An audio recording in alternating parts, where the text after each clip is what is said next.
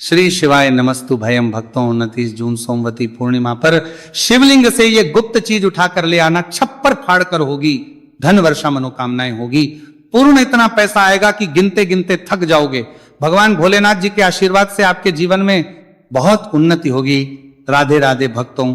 जैसा कि आप सभी जानते हैं कि सोमवार का दिन हमारे भोलेनाथ को समर्पित होता है और भक्तों इस बार 29 जून सोमवार के दिन पड़ने जा रही, यानी कि त्रयोदशी की तिथि। और भक्तों जिस तरह से सोमवार का दिन शिव जी को प्रिय है, उसी प्रकार से सोमवती पूर्णिमा की तिथि भी भोलेनाथ को ही समर्पित होती है। और भक्तों जब भी सोमवार के दिन पूर्णिमा की तिथि पड़ती है तो इसका महत्व कई गुना अधिक बढ़ जाता है। और भक्तों ऐसी तिथियां साल में केवल एक ही बार पड़ती है। ऐसे में यदि इस दिन सभी शिव भक्त भोलेनाथ की विधि विधान से पूजा अर्चना करते हैं तो भक्तों की सब मनोकामनाएं पूर्ण हो जाती हैं। इसी के साथ भक्तों 29 जून सोमवती पूर्णिमा का व्रत रखने से भगवान शिव और माता पार्वती की विशेष कृपा प्राप्त होती है। साथ ही इस दिन यदि कोई व्यक्ति भगवान भोलेनाथ की थोड़ी सी भी पूजा अर्चना कर लेता है तो उस व्यक्ति के जीवन की सभी मनोकामनाएं पूर्ण हो जाती हैं।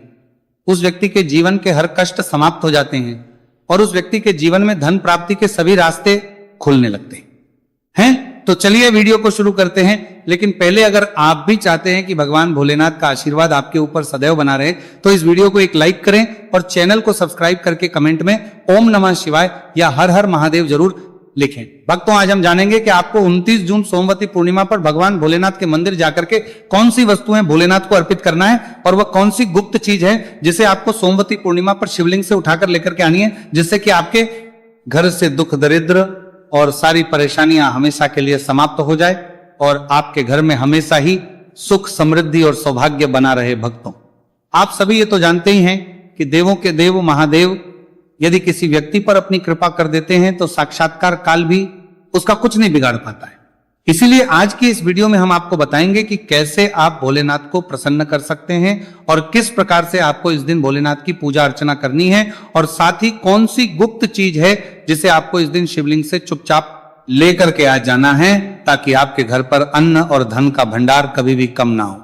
देखिए भक्तों आपके जीवन में चाहे कितनी ही बड़ी परेशानी हो, कितनी ही बड़ी दिक्कत क्यों ना हो, मान लीजिए यदि आपके जीवन में बहुत अधिक धन की समस्या है, आप नौकरी की प्राप्ति के लिए बहुत ही ज्यादा परेशान हो चुके हैं, आपके शत्रुओं ने आपको घेर लिया है, संतान की आपको नहीं हो पा रही है, तो एक बात का ध्यान रखिएगा कि यदि आप भी 29 जून सोमवती पूर्णिमा पर यदि भगवान शिव से जुड़े कुछ उपाय कर लेते हैं तो फिर आपकी चाहे कितनी ही बड़ी मनोकामना हो, आप कितना ही बड़ा कष्ट हो, वो खत्म हो जाता है और आपकी हर मनोकामना पूर्ण हो जाती है।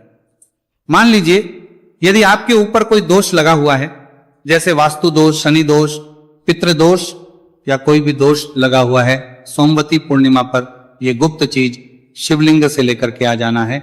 आपके जीवन से सारी परेशानियां दूर हो जाएगी और आपके जीवन में धन आने के सारे मार्ग खुल जाएंगे। भक्तों एक विशेष बात का हमेशा ध्यान रखें कि जब भी हम भगवान भोलेनाथ की पूजा करते हैं तो हमें धैर्य रखना चाहिए, विश्वास रखना चाहिए और श्रद्धा के साथ भगवान भोलेनाथ की पूजा करनी चाहिए, क्योंकि भगवान भोलेनाथ बहुत ही भोले हैं। वो किसी भी व्यक्ति की पूजा से, साधना से तुरंत ही प्रसन्न हो जाते हैं। इसीलिए 29 जून सोमवती पूर्णिमा पर कुछ ऐसी चीजें हैं जो आपको अवश्य पता होनी चाहिए, क्योंकि इस दिन यदि आप भगवान भोलेनाथ के सामने पूजा करने जा रहे हैं और मान के चलिए यदि आपने अगर कोई गलती कर दी तो भगवान भोलेनाथ आपसे क्रोधित हो जाएंगे और आपने सही तरीके से पूजा की होगी तो साक्षात आपको भगवान भोलेनाथ उसी दिन आशीर्वाद दे देंगे और इसके बाद आपके जीवन में कभी कोई परेशानी नहीं आएगी। तो भक्तों आपको हम वो सभी चीजें आने वाले हैं, इसलिए आप सभी इस वीडियो में अंत तक बने रहिए। तो भक्तों ध्यान दीजिए, सोमवती पूर्णिमा पर सबसे पहले तो आपको भगवान भोलेनाथ के मंदिर जाना होगा और ये जितने भी उपाय आपको बताए जाएंगे ये आपको भगवान शिव के मंदिर में ही करने होंगे। देखिए अक्सर कई भक्तों का प्रश्न जो होता है, गुरुजी हमारे घर पर शिवलिंग है, क्या हम घर पर पूजा नहीं कर सकते? तो इसका उत्तर नहीं इस उपाय के लिए। आपको मंदिर जाना पड़ेगा। तो मंदिर का जो शिवलिंग होता है और जो घर का शिवलिंग होता है इसमें बहुत ज्यादा फर्क होता है। जो मंदिर का शिवलिंग होता है और इसकी जो शक्ति होती है वहां आपके घर के शिवलिंग से करोड़ों गुना ज्यादा अधिक होती है। इसमें ऐसी सकारात्मक ऊर्जा होती है जिसके सामने अगर आप थोड़ी सी पूजा करते हैं तो तुरंत ही उसका फल आपको मिलता है और आपके जीवन की हर परेशानी चली जाती है। तो आपको जितने भी आज उपाय बताए जाएंगे आपके जीवन की परेशानी को करने के लिए, आपकी मनोकामना पूर्ति के लिए, तो इन उपायों के लिए तो आपको मंदिर जाना पड़ेगा। और 29 जून सोमवार पूर्णिमा की तिथि भी पड़ रही है, तो ये दिन ऐसा है, इस दिन अगर आप मंदिर जाकर के भगवान भोलेनाथ की पूजा आराधना कर रहे हैं तो मान के चलिए आपके जीवन में कभी कष्ट आ ही नहीं सकता। पूरे साल आपके घर पर अन्न धन का भंडार भरा रहेगा। तो आपको क्या लेकर जाना है वो आपको नोट कर लेना है, क्योंकि भक्तों अगर आपने एक भी गलती कर दी तो आपकी पूजा संपन्न मानी नहीं जाएगी। तो भक्तों सबसे पहली जो वस्तु है जो कि आपको शिव मंदिर लेकर के जाना है वह है एक लोटा जल। अब भक्तों यहां पर कई लोगों का प्रश्न रहता है कि गुरुजी जल जो है वह तो शिवालय में भी मिल जाता है, शिव मंदिर में मिल जाता है, तो क्या जल मंदिर से ले सकते हैं? तो इसका जवाब है नहीं। आपको ये जो जल है इसे अपने घर के रसोई घर से ही लेकर के जाना है। अब भक्तों इसका भी एक कारण है, घर से इसलिए आपको जल ले जाना है ताकि आपके घर का जो जल आप लेकर जा रहे हैं भगवान भोलेनाथ पर चढ़ाने के उसी जल के द्वारा आप भगवान से जुड़ जाएंगे।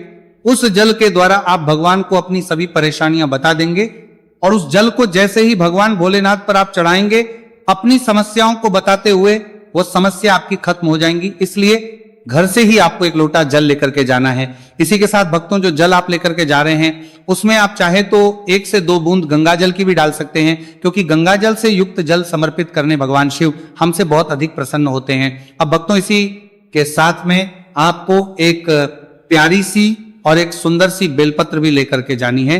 बेलपत्र को लेते समय ध्यान रखें कि ये कहीं से भी टूटी हुई या फिर खंडित नहीं होनी चाहिए। इसी के साथ में 29 जून को है सोमवती पूर्णिमा, तो इस दिन आपको बेलपत्र के वृक्ष से बेलपत्र को तोड़कर नहीं लाना है, क्योंकि ऐसा करना भगवान शिव को क्रोधित भी कर सकता है। इसी आप यदि हो सके तो एक दिन पहले ही बेलपत्र तोड़ के ला सकते हैं, या फिर आपको शिवलिंग पर चढ़ा हुआ बेलपत्र शुद्ध जल से धोकर उसका प्रयोग कर लेना है। अब अगली जो वस्तु है वहां आपको लेकर के आप जानिए सफेद पुष्प। भक्तों की अति को छोड़कर सफेद पुष्प भगवान भोलेनाथ को चढ़ाए जाते हैं, इसीलिए सफेद पुष्प महाशिवरात्रि पर आपको भगवान भोलेनाथ के लिए लेकर के जाना है ताकि भगवान भोलेनाथ का आशीर्वाद आपको मिल जाए, जिसके बाद आपके जीवन के हर परेशानी खत्म हो जाए। इसके बाद आपको भगवान शिव के मंदिर में सफेद या पीला चंदन भी लेकर के जाना है। और ध्यान रखें भक्तों कि भगवान भोलेनाथ को अगर आप दूध अर्पित करने जा रहे हैं तो एकदम कच्चा दूध होना चाहिए, गर्म किया हुआ दूध नहीं होना चाहिए, कच्चा दूध होना चाहिए। अब भक्तों आपको और क्या क्या ले जाना है, देखिए अगर आप चाहते हैं कि आपकी हर मनोकामना पूरी हो तो एक छोटा डिब्बा लीजिए, काली मिर्च भरकर ले जाइए। देखिए बहुत ध्यान से सुनिए, जितनी आपको बातें बताई जा रही है। एक डिब्बे में काली मिर्च भर के लाल कपड़ा लीजिए, उसमें लौंग कपूर रखें और इसको मौली धागे से बांध करके आपको अपनी जेब में रख के ले जाना है। सिर्फ इतनी चीज आपको ले जानी है सोमवती पूर्णिमा के दिन। अब भक्तों आपको पूजा कैसे करनी है इसे भी ध्यान से सुनिए, और जितनी भी चीजें आपको बताई जा रही है इन चीजों को आपको ले जाना, जेब पर हानि के साथ जाना है और शिवालय वापस लेकर के आना है अपने घर पर, ताकि आपको धन की प्राप्ति हो सके, आपकी कोई भी मनोकामना हो वो पूर्ण हो जाए। तो भक्तों आप सबसे स्नान आदि करके 29 जून सोमवती पूर्णिमा पर जाएंगे शिव जी के मंदिर में।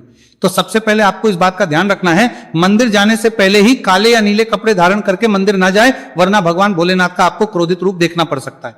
अब सबसे पहले आपको भगवान के शिवलिंग पर एक धारा से जल समर्पित करते जाना है और आपको मन ही मन श्री शिवाय नमस्तु भयम या ओम नमः शिवाय इस मंत्र का जाप करते रहना है।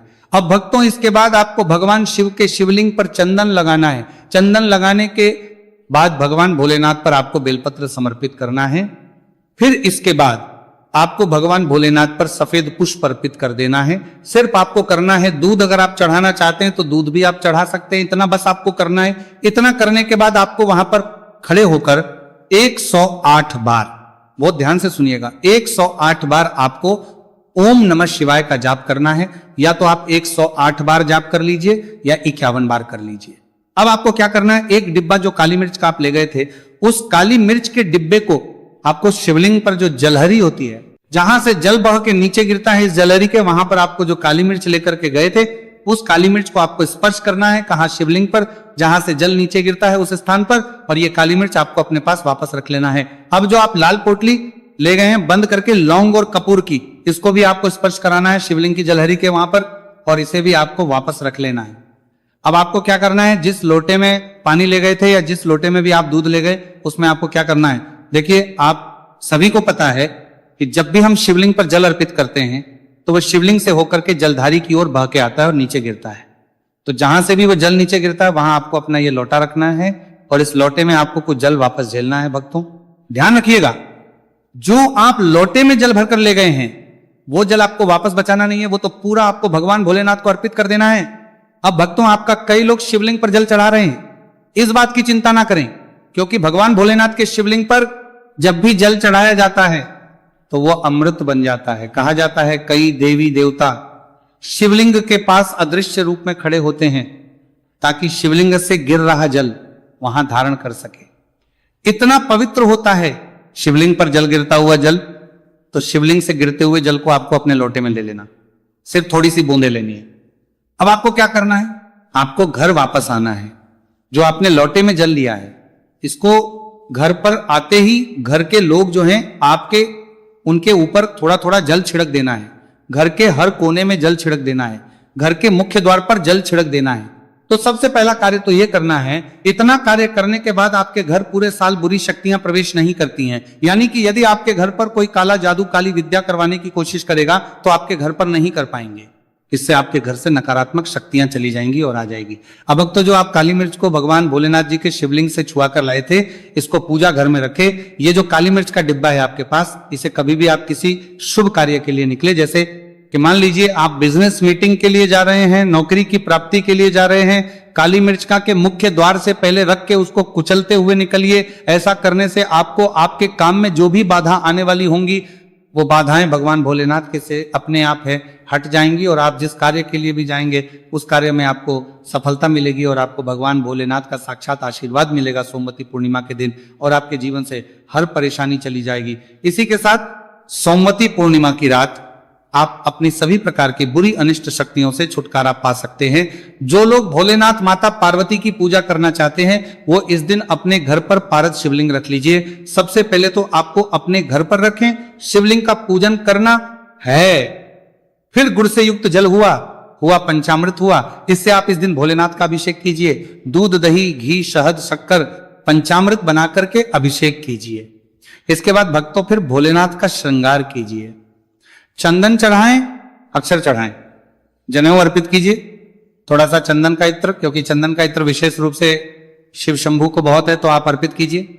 उनके पसंदीदा पुष्प चढ़ाएं, आंकड़े की माला से उनका श्रृंगार कीजिए। साथ ही कनेर के पीले या सफेद पुष्प चढ़ाएं, कमल हुए, गुलाब हुए, बेल हुई, ये फूल उनको बहुत प्रिय है, ये अर्पित करें। और 5 बेलपत्र अवश्य चढ़ाए। आप इस दिन चाहे तो या जो आपके पास बेलपत्र है उसी पर आप श्री श्री लिख के या ओम नमः शिवाय या राम राम लिख के अर्पित कीजिए, जो चिकना भाग होता है, और ये सीधा शिवलिंग पर अर्पित हो।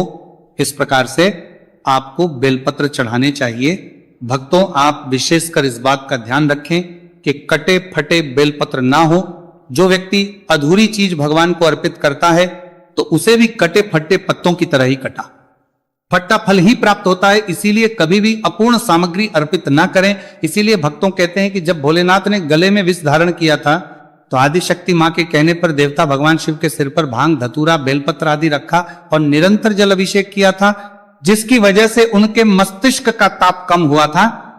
और उस समय से ही भोलेनाथ को भांग धतूरा चढ़ाया जाता है। और ये बात भोलेनाथ के भक्तों में बहुत कम लोगों को भी पता है कि इसी कारण शिवलिंग पर भांग धतूरा चढ़ाया जाता है। तो अगर आपके घर में शिवलिंग है तो आज के दिन आप चाहे तो शिव जी का त्रिशूल हुआ, डमरू हुआ, ये भी को अर्पित कर सकते हैं। शिव के डमरू की दम दम की ध्वनि मंगल गुरु से संबंधित होती है, क्योंकि चंद्रमा उनके मस्तक पर विराजमान होकर अपनी क्रांति से अनंत आकाश में मंगल गुरु से संबंधित जटाधारी महामृत्युंजय को प्रसन्न करता है और बुध आदि ग्रह इसमें संभव से सहायक होते हैं। तो ये आज के दिन डमरू अर्पित करें। भोले बाबा का डमरू आपका आज के दिन डमरू अर्पित करें। डमरू अर्पित करें, धारण भी कर सकते हैं। अभिमंत्रित करके आप शरीर पर छोटा सा चांदी का डमरू धारण करें, लेकिन उससे पहले चाहते हैं कि भोलेनाथ का आशीर्वाद आप पर बना रहे, तो इस वीडियो को एक लाइक करें और चैनल को सब्सक्राइब कर लें। और आप ये वीडियो कहां से देख रहे हैं कमेंट में जरूर बताएं। श्री शिवाय नमस्तु भयम भक्तों।